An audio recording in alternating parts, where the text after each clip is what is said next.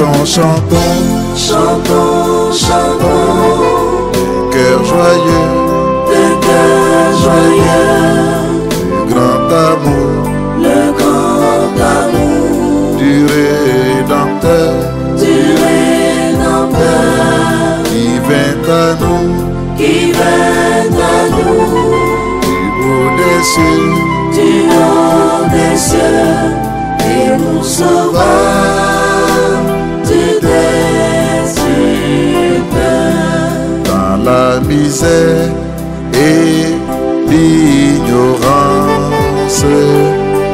Nous débattions sans espoir, la mort au cœur, l'âme en souffrance, quant à nos yeux, il s'est efficace. Que Dieu vous fortifie.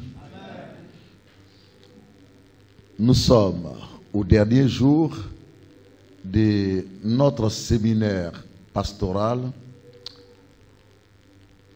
que nous avons commencé depuis hier, le vendredi 26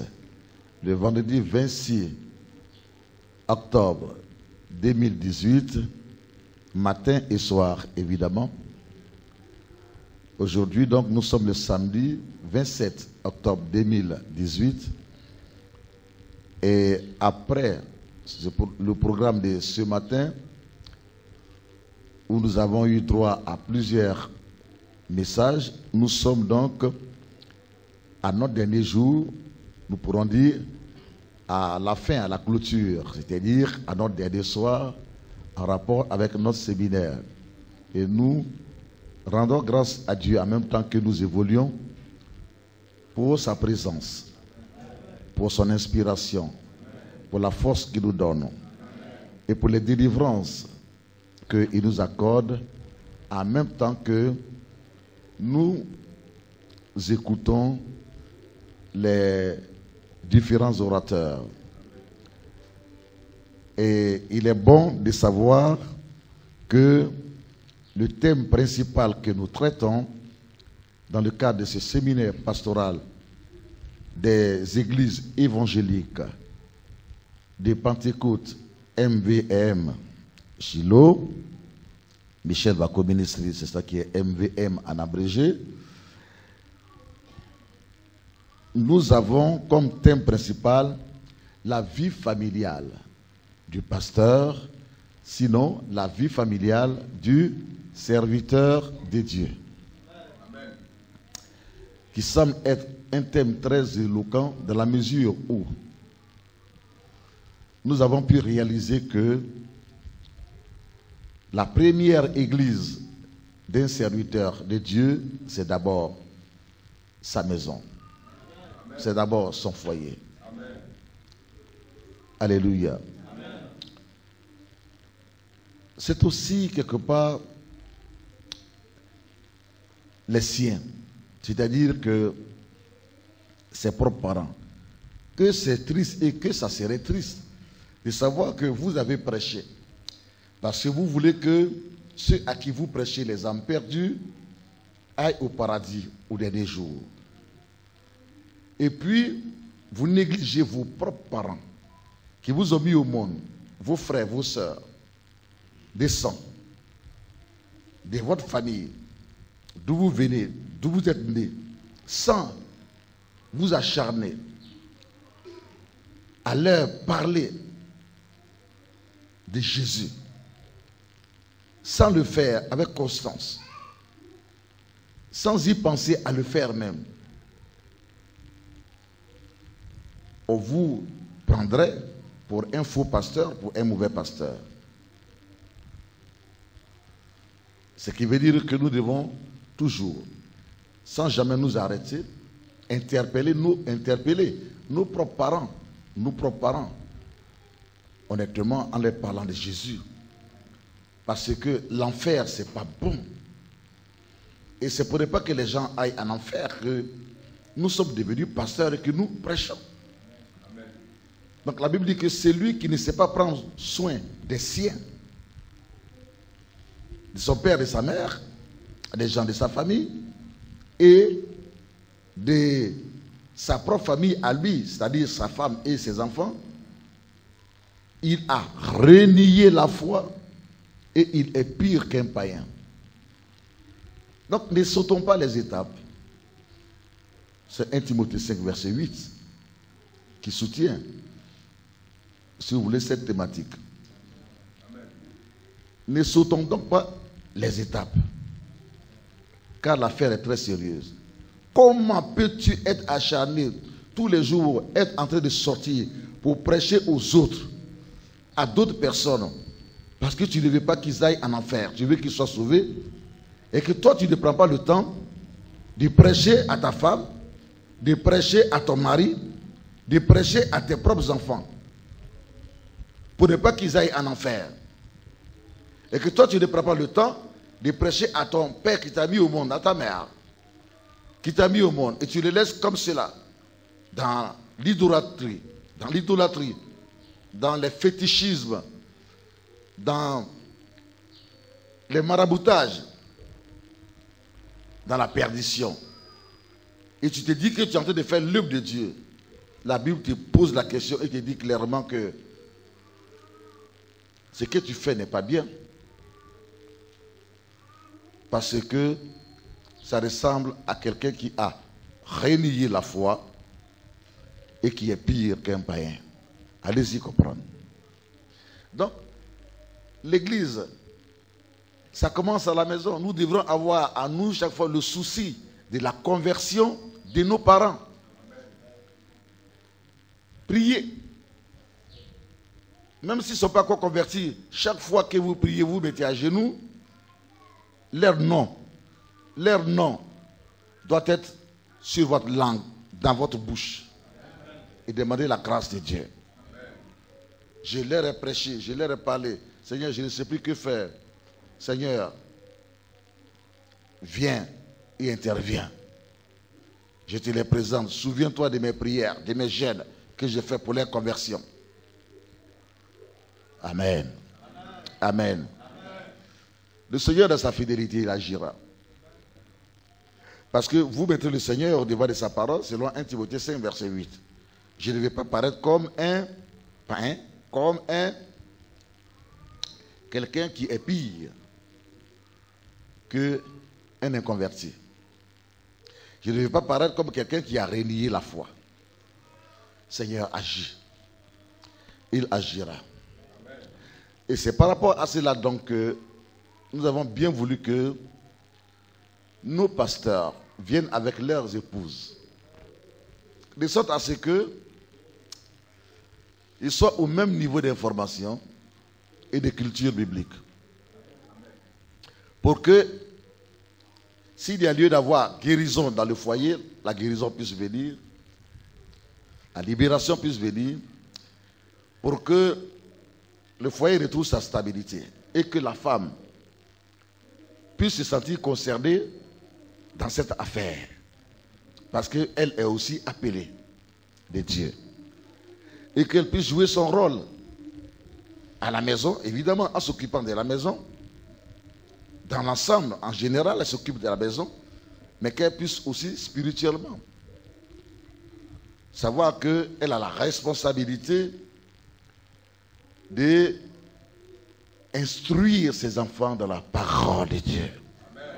De veiller à ce que dans sa maison, un autel de prière soit bâti de sorte à ce que le feu monte au ciel à partir des prières qui seront faites dans cette maison. Et depuis donc hier, nous pensons que les choses sont en train de bien se passer parce que nous avons vu des femmes, des pasteurs que nous ne connaissions pas, mais que nous avons connus. Mais lorsque nous avons vu, avant le commencement de ce séminaire, on a vu des femmes avec des visages absolument assombris, des femmes tristes, des femmes fatiguées, des femmes hagards, des femmes qui semblaient être rejetées trop derrière, des femmes qui semblaient ne pas avoir d'attention dans leur foyer. Nous les avons vues seulement en 2 jours devenir rayonnantes, joyeuses, libérées. Et nous rendons gloire à Dieu.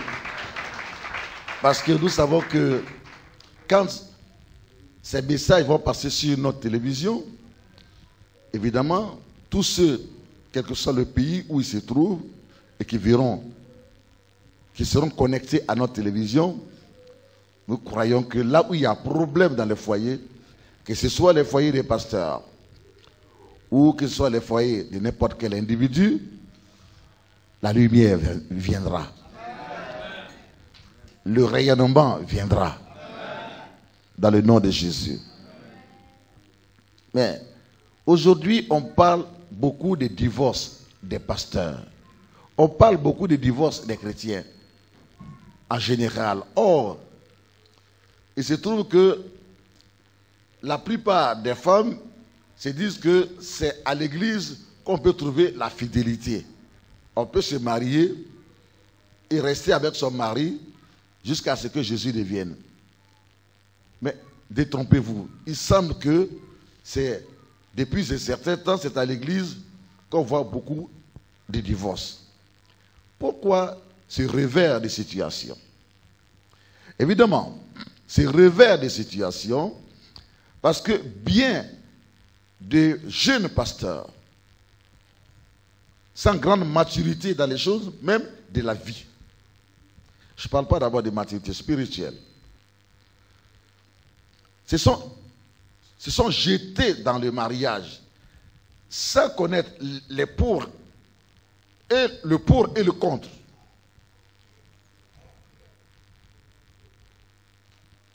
Et en fait de compte, ils payent cash leur manque de maturité, leur entêtement. En fait de compte, ils payent cash leur mauvais choix. Que ce soit les hommes qui veulent se marier ou que ce soit les femmes chrétiennes qui veulent se marier. Il semble que même aujourd'hui, on n'écoute même pas les pasteurs. Oh, nous sommes nombreux à avoir fait ces erreurs. On n'écoute pas les anciens, les diacres, les gens qui ont déjà une expérience même dans le mariage et qu'on devait consulter d'abord avant de nous engager. On prend seul la décision.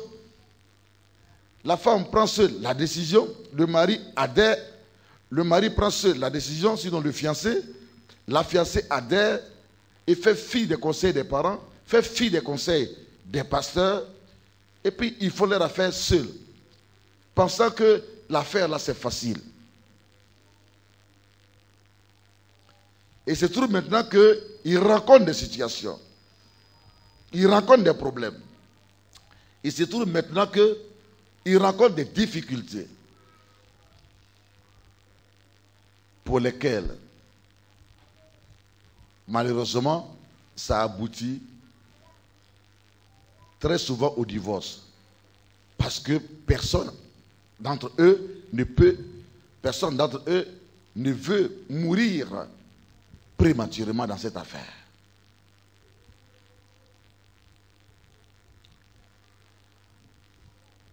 Beaucoup de femmes s'appuient sur le verset biblique de Matthieu 19, verset 5, pour se marier parce qu'elles croient que, évidemment, on peut se marier n'importe comment sur la base de ces versets. Et puis, il n'y aura jamais de divorce. Quel que soit ce que j'ai fait, je peux lui être insoumise. Je peux porter la culotte. Je peux le faire souffrir. Je peux lui faire tout ce que je veux. Comme il est chrétien. ou bien comme il est pasteur, sur la base de ces versets-là, il ne divorcera jamais. Malheureusement, beaucoup sont surprises. Malheureusement.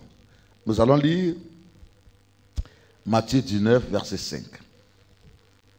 Matthieu 19, verset 5.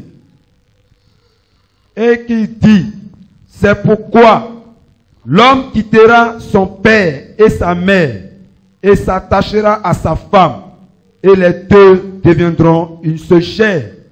Ainsi, ils ne sont plus deux, mais ils sont une seule chair. Que l'homme donc ne sépare pas ce que Dieu a joint.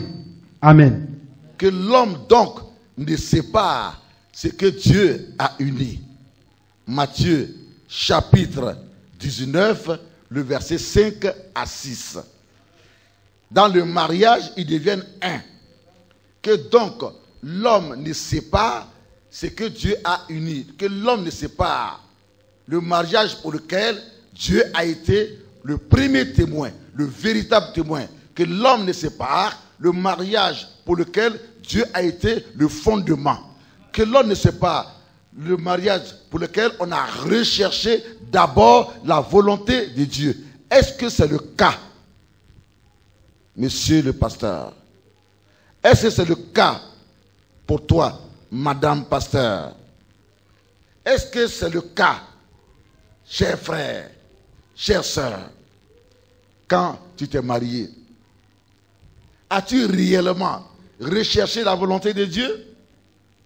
Oui, beaucoup disent, Dieu m'a dit que c'est mon mari. Dieu m'a dit que c'est ma femme. En même temps qu'elle dit que Dieu m'a dit que c'est ton mari, il y a aussi 5 qui sont quelque part, qui disent la même chose. Dieu m'a dit que c'est son mari. Donc Dieu m'a dit là, Dieu donne 6 femmes à un seul homme. Dieu donne-t-il 6 maris à une seule femme?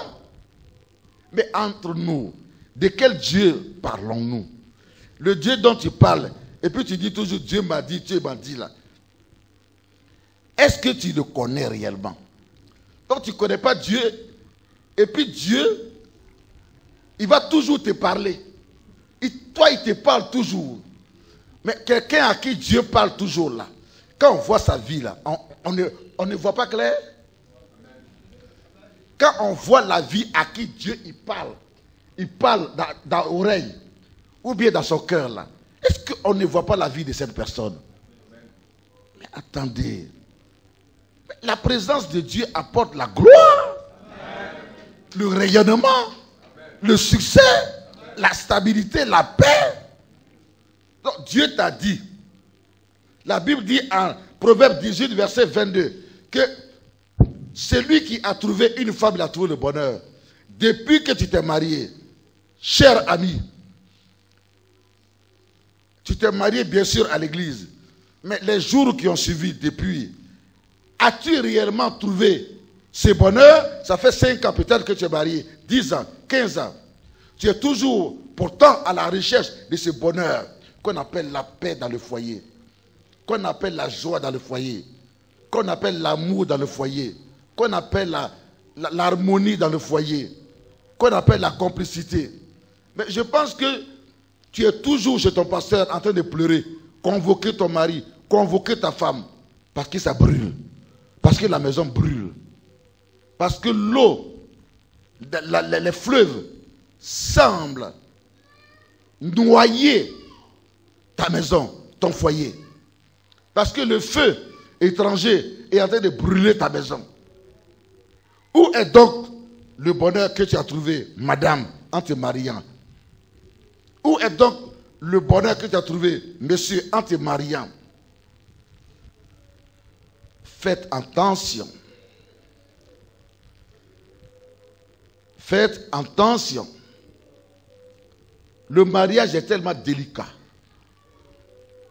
qu'il n'est pas bon de se marier précipitamment, en vitesse. Sinon, vous payerez cash votre souffrance. Parce que, laissez-moi vous dire que malheureusement, de nombreux mariages n'ont pas été faits selon la volonté de Dieu. Je veux dire que parce que de nombreux mariages chrétiens, même des pasteurs, n'ont pas été faits, n'ont pas été unis par Dieu. Mais quelque chose que Dieu n'a pas uni,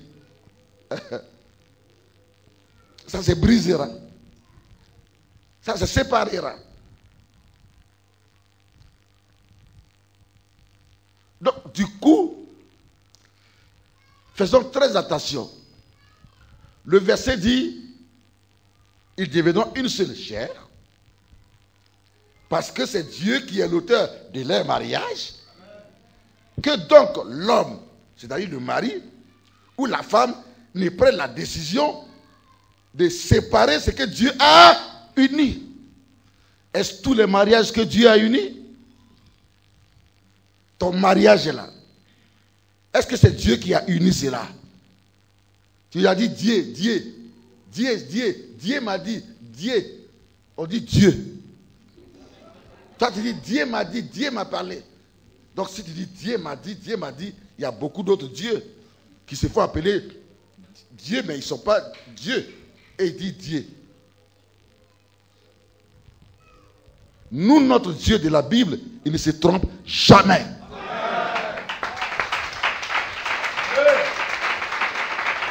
Après, c'est pour dire que je vais divorcer parce que je n'avais pas bien attendu la voix de Dieu. Je n'avais pas bien attendu la voix de Dieu.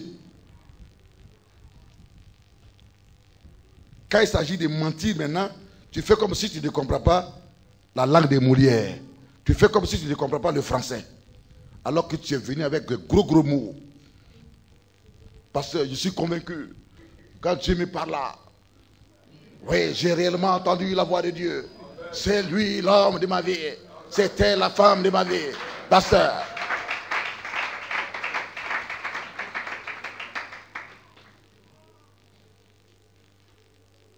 Chers bien-aimés, Dieu n'est donc pas l'auteur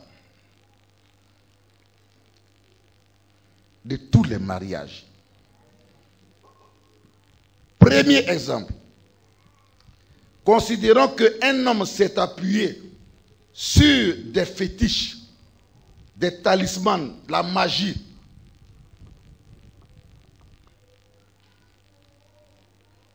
Le maraboutage pour marier une femme. Il a mis parfum magique sur lui. Il y a des gens que je vois qui ont fait cela parce qu'ils ne pouvaient pas voir la fille au départ. Mais si c'est Dieu qui t'a donné la fille, il prépare le cœur de la fille et tu peux la voir. Mais pourquoi tu allais prendre parfum magique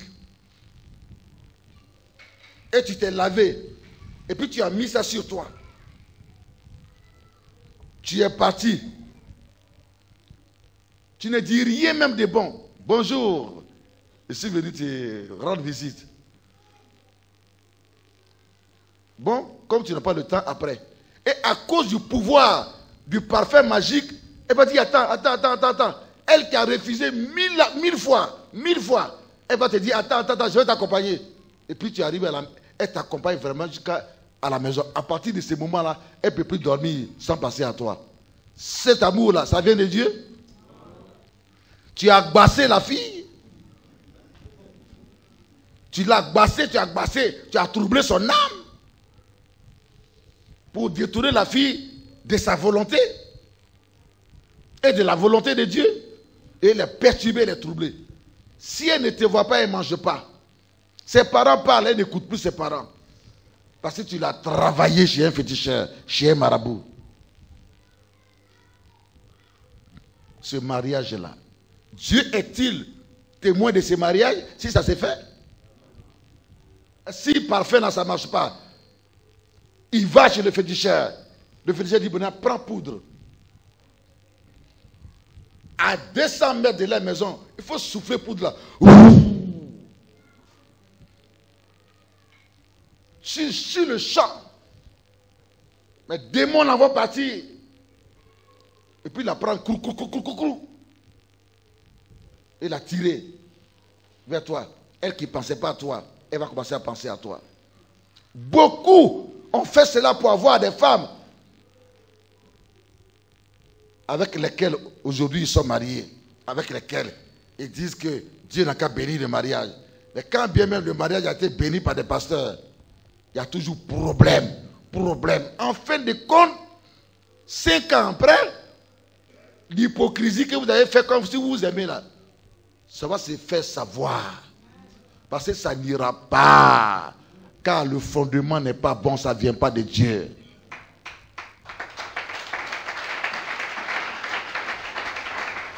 Les statistiques montrent et démontrent qu'un grand nombre de mariages est bâti sur l'envoûtement, sur la sorcellerie.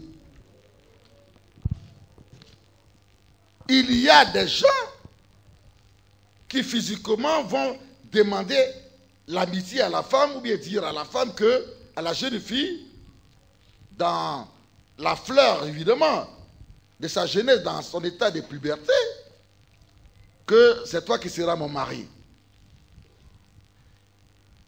Et plus tard, quand la fille, elle ne veut pas, et parce que ces gens-là, ils ont un pouvoir de sorcellerie, ils passent au travers des murs. Il suffit qu'ils sachent où est la fille, où elle dort, dans quelle chambre. Ils passent au travers des murs. Les sorciers, les mystiques traversent les murs. Son corps est là, couché dans sa chambre, mais lui, il sort de son corps, il traverse les murs. Et puis il vient coucher avec la fille. Et elle, c'est un rêve qu'elle voit. C'est ce que certains appellent le mari de nuit ou bien les femmes de nuit. Et une fois qu'il a couché avec elle,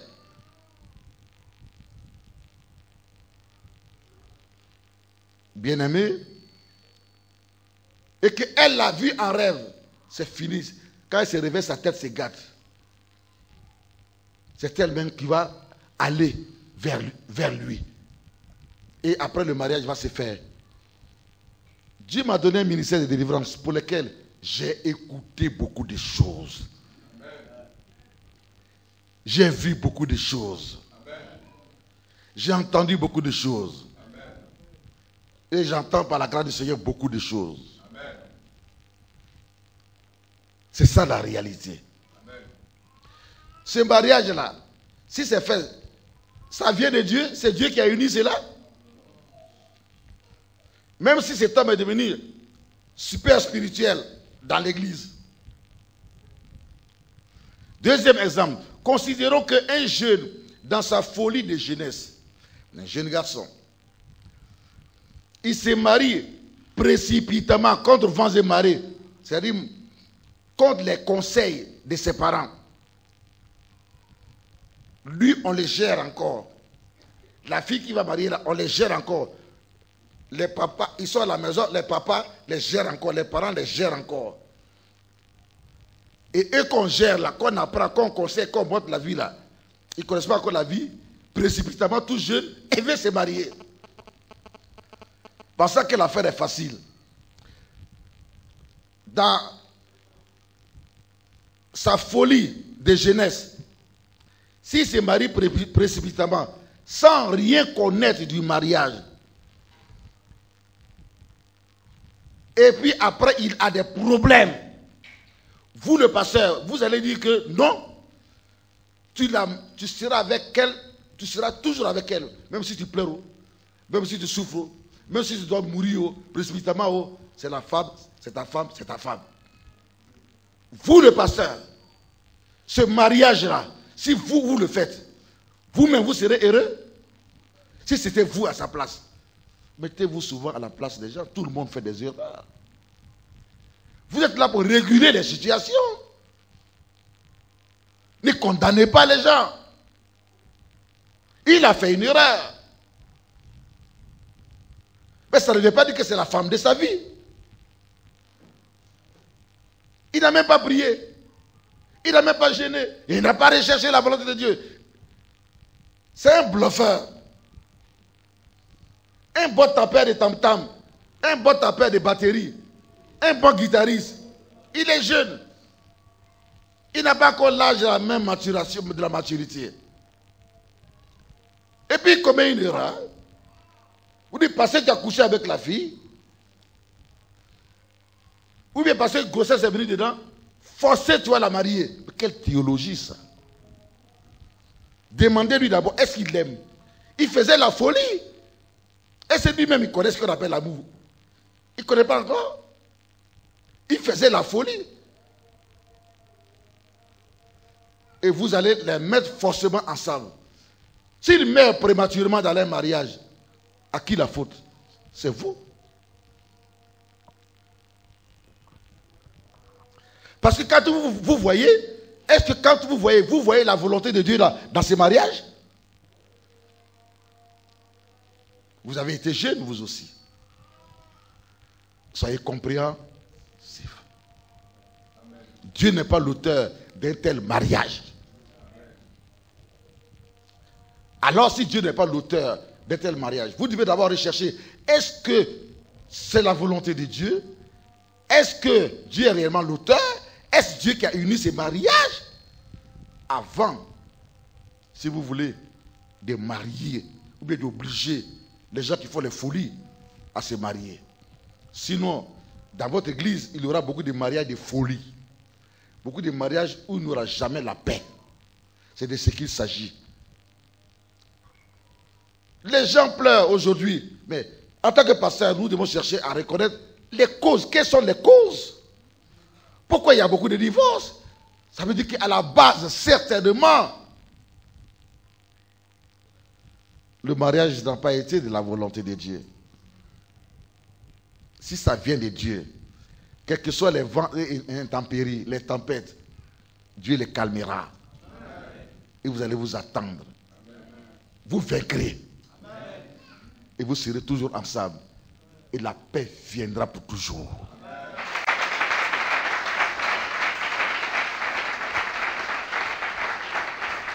Troisième exemple. Si un chrétien vit une grave dépression, il a perdu sa mère précipitamment, il a perdu son père, il a perdu un être cher précipitamment, par exemple, il a perdu son travail, il ne sait que faire.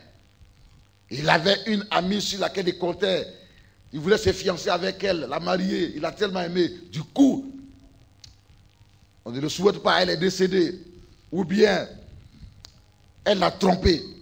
Donc il vit une dépression. Il y a un vide en lui.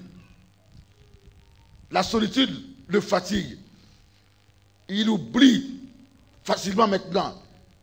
L'insomnie de gauche à droite, c'est ce qu'on appelle la dépression. Il est nerveux. Et dans cet état-là, si une sœur de l'église vient gentiment lui dire bonjour, je veux dire tu rends visite aujourd'hui, et qu'elle envoie un petit cadeau, ou bien la nourriture, et que cet homme prend cela, et puis à partir de ce moment-là, il se dit, ah, voici c'est la femme que Dieu m'a donnée. Un seul jour qu'il a vu là, il dit c'est la femme que Dieu m'a donnée, en remplacement de l'autre. Pourquoi il dit cela? Pourquoi? Parce qu'il est dans une dépression. Donc le moindre geste d'amour qu'une femme lui fait, ah, il pense qu'il a trouvé sa mère qui vient de mourir. Il pense qu'il a trouvé sa fiancée qui vient de le quitter. Sans trop chercher, c'est lui qui parlera rapidement des mariages. Si, dans cet état de dépression, où il n'est pas raisonnable, parce qu'il a reçu un tout petit brin d'amour, il se marie à cette fille-là, et que plus tard, il découvre beaucoup de choses, et que ça ne va pas dans leur foyer, et que lui qui recherchait de l'amour, il ne trouve plus l'amour, et que ça ne va pas du tout et du tout et du tout dans leur foyer. Ce sont que les problèmes. Il ne trouve plus le bonheur qu'il recherchait, la paix qu'il recherchait, le comble, un amour qu'il recherchait. Pensez-vous que, à la base, quand vous réfléchissez bien, c'est Dieu qui a uni ces deux personnes, ce foyer, ce mariage, ce couple? Non. La jeune fille n'a profiter tout simplement de son état de faiblesse mentale ou psychologique. Et beaucoup le font. Surtout les grandes dames qui ont l'argent dans les églises. Et si bien que le jeune même, quel que soit l'âge, âgé que le jeune, de plus de 10 ans, de plus de 15 ans, le jeune acceptera ce mariage. Parce que quelque part, elle vient comme une maman. Lui pense trouver sa maman qu'il a perdue, qui est décédée. Ou bien, vous ne connaissez pas papier? Vous ne connaissez pas papier? Il est dans un état de choc psychologique. Il est dans un état de choc moral. Il y a toujours des profiteurs et des profiteuses. Ce mariage n'ira pas loin. Lui, il aura en lui une fin d'amour. Mais quand la femme va commencer à crier sur lui, à le traiter comme un domestique, comme un boy, dans le foyer, il va dire, son cœur va se couper. Mais je ne vois plus l'amour. Je recherchais l'amour. Parce que j'ai perdu un être cher. Je pensais la retrouver au travers de toi. Mais ce que je découvre maintenant, ça ne va pas. Il sera en train de mourir à petit feu. Est-ce Dieu qui a uni ces mariages? Quatrième, si une femme se marie à un homme, parce que l'homme là, il a l'argent, il a des richesses, alors qu'en réalité, son cœur là ne l'aime pas. Et ce sont ses yeux qui l'aiment, parce que ses yeux voient l'argent. Mais son cœur ne l'aime pas. Pensez-vous qu'ils seront heureux dans leur foyer? Dans ce cas, est-ce Dieu qui a uni ce mariage? Si un jeune homme qui commence son ministère, il souffre, il mange à checker, il n'y a pas de poisson, il boit de l'eau, il s'en va évangéliser, il revient. Rien ne change dans ce qu'il fait. Du coup, chers bien-aimés, si une femme qui a l'argent dans l'église l'invite, et puis il est ébloui par l'ornement de la maison de la femme, par l'état de sa voiture, et que elle lui fait les yeux doux, il oubliera l'âge de la femme. Parce qu'il n'aura vu que l'argent. Il s'est dit, prix à payer pour servir Dieu, là, c'est dur, hein? Mais voici une facilité. Je ne gênerai plus assez longtemps si j'ai dit oui. Je ne vais plus souffrir si j'ai dit oui. Mais elle va bâtir le temple tout de suite. Elle va acheter le terrain. Elle va bâtir le temple. Désormais, je vais venir en voiture à l'église. On va me respecter. On va me considérer. On dira que j'ai réussi dans mon ministère. Chapeau, hein, mon ami. Réussir dans la douleur. Dans la douleur. Quand tu vas entrer dans ces mariages-là, c'est là que tu verras ce qu'on appelle la douleur. Alors que dans la réalité, son cœur n'aime pas la femme. Mais ce sont ses richesses que la femme aime. Maintenant, quand l'église est bâtie et que les jeunes filles, viennent maintenant dans l'église et se convertissent. Ah! C'est là maintenant, elle va dire, mais Dieu, est-ce que c'est ta voix que j'avais vraiment entendue? Est-ce que la vision que j'ai vue là, est-ce que vraiment ça venait de toi? Ça va amener des crises dans le foyer. La femme va aller chez le pasteur.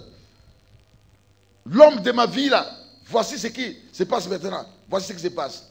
Pasteur, réfléchissez 2 fois.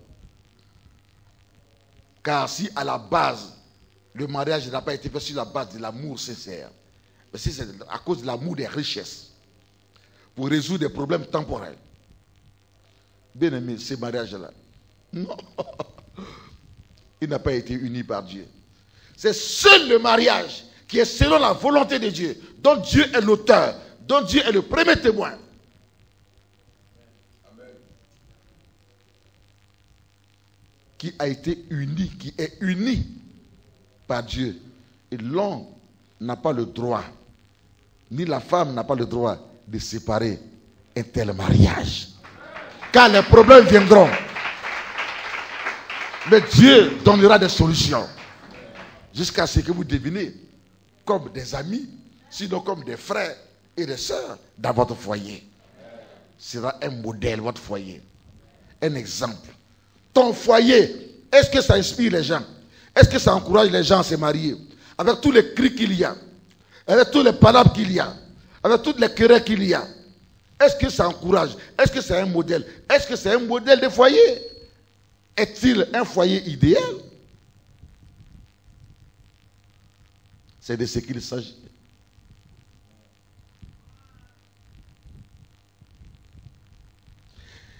Si, dans le 5e exemple, un pasteur oblige un chrétien charnel, il aime, pendant qu'il dit au pasteur qu'il aime cette fille-là et que le pasteur fait des démarches, ses deux yeux sont jusqu'à l'Amérique sur une autre fille. C'est encore son autre yeux là. C'est sur une autre femme à Yokubon. Son autre yeux est là. C'est sur une autre femme à Kumasi. Son autre zèle là. C'est sur une autre femme encore dans l'église même.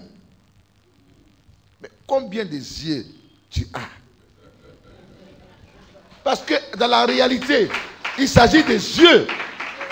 Amour des yeux. Et cet amour-là, on appelle ça la convoitise. Monsieur, tu es un prostitué. Il n'y a pas que des femmes qui sont des prostituées. Tu es un prostitué. Parce que le cœur ne peut pas aimer plusieurs personnes à la fois, plusieurs femmes à la fois. Non. Le cœur, non. Ne peut aimer qu'une seule femme. Dieu ne peut que te donner l'amour d'une seule femme. Et te dit que c'est la femme de ta vie. On dit Amen. Amen. Et comment toi, tu peux aimer plusieurs femmes comme ça, toi seul, au même instant, dans le même jour? Tu fais des promesses à 5 femmes. Et pendant que tu parles au pasteur, ta main, tes 5 doigts sont sur 5 autres. Tu es un chrétien charnel. Tu n'es pas encore bien converti. Même si tu es pasteur, tu n'es pas encore bien converti. Tu n'as pas connu encore la conversion, la régénération de l'âme et de l'esprit. Les malédictions familiales t'influencent encore. La sorcellerie familiale t'influence encore. Et à côté de cela encore, les désirs de ta chair. Et regarde bien derrière, tu verras que soit ton grand frère a vécu cette vie, soit ton papa a vécu cette vie de dérèglement sexuel. Et c'est ça qui te fatigue, qui t'influence. Est-ce que quelqu'un me suit? Alors, un chrétien comme cela, ou bien un pasteur comme cela, qui voit telle fille-là, il aime, il couche avec elle. Il voit encore une autre fille. Il oublie maintenant celle qu'il a couché avec elle. Et puis qu'il couche comme ça dans l'église avec des filles, les filles. Cet homme-là, parce que il a couché avec la fille et que la fille est venue pour te dire, pasteur, que oui, il a couché avec moi, il ne veut plus me marier. À cause de cela, tu vas obliger ces chrétiens charnels, ou bien tu vas obliger cette fille à marier, se prostituer, sans avoir cherché d'abord à faire sa délivrance. Mais quand ils vont se marier, s'ils ne s'attendent pas, c'est qui la cause? Qui est le problème? C'est vous, monsieur le pasteur. Il va se marier à elle pendant qu'il ne l'aime pas. Le gars, c'est un prostitué. Il vit de la perversion sexuelle. il a un problème de maladie spirituelle. C'était sur son père, c'était sur sa mère, c'était sur son grand frère, c'était sur sa grande soeur. Et puis maintenant c'est arrivé sur lui. Il souffre, il se fatigue. Toi, pasteur, là, tu ne connais pas ce qu'on appelle la délivrance? Tu ne peux pas résoudre d'abord le problème de cet homme en priant pour lui. Et tu vas l'obliger, n'est-ce pas, à marier cette dernière alors qu'il ne l'aime pas. Il a l'esprit de prostitution qui aime toutes les filles. Pas parce qu'il les aime réellement avec son cœur, mais c'est le plaisir sexuel qu'il cherche. Il recherche le plaisir sexuel. Il aime l'amour. Il aime faire l'amour. Il cherche l'amour. Quand il a fini avec elle, après, il pense qu'il est satisfait. Le lendemain, il est à la recherche encore. Il est malheureux cet homme. Vous ne l'avez pas aidé. Et si ce mariage a été fait, ce n'est pas Dieu qui l'a uni. Chantons, chantons, Chantons, chantons, des cœurs joyeux, le cœur joyeux, du grand amour, le grand amour du Rédempteur, du Rédempteur qui vint à nous, qui vint à nous du haut des cieux, du haut des cieux et nous sauva du désir. dans la misère et l'ignorance. Nous nous débattions sans espoir, la mort au cœur, l'âme en souffrance.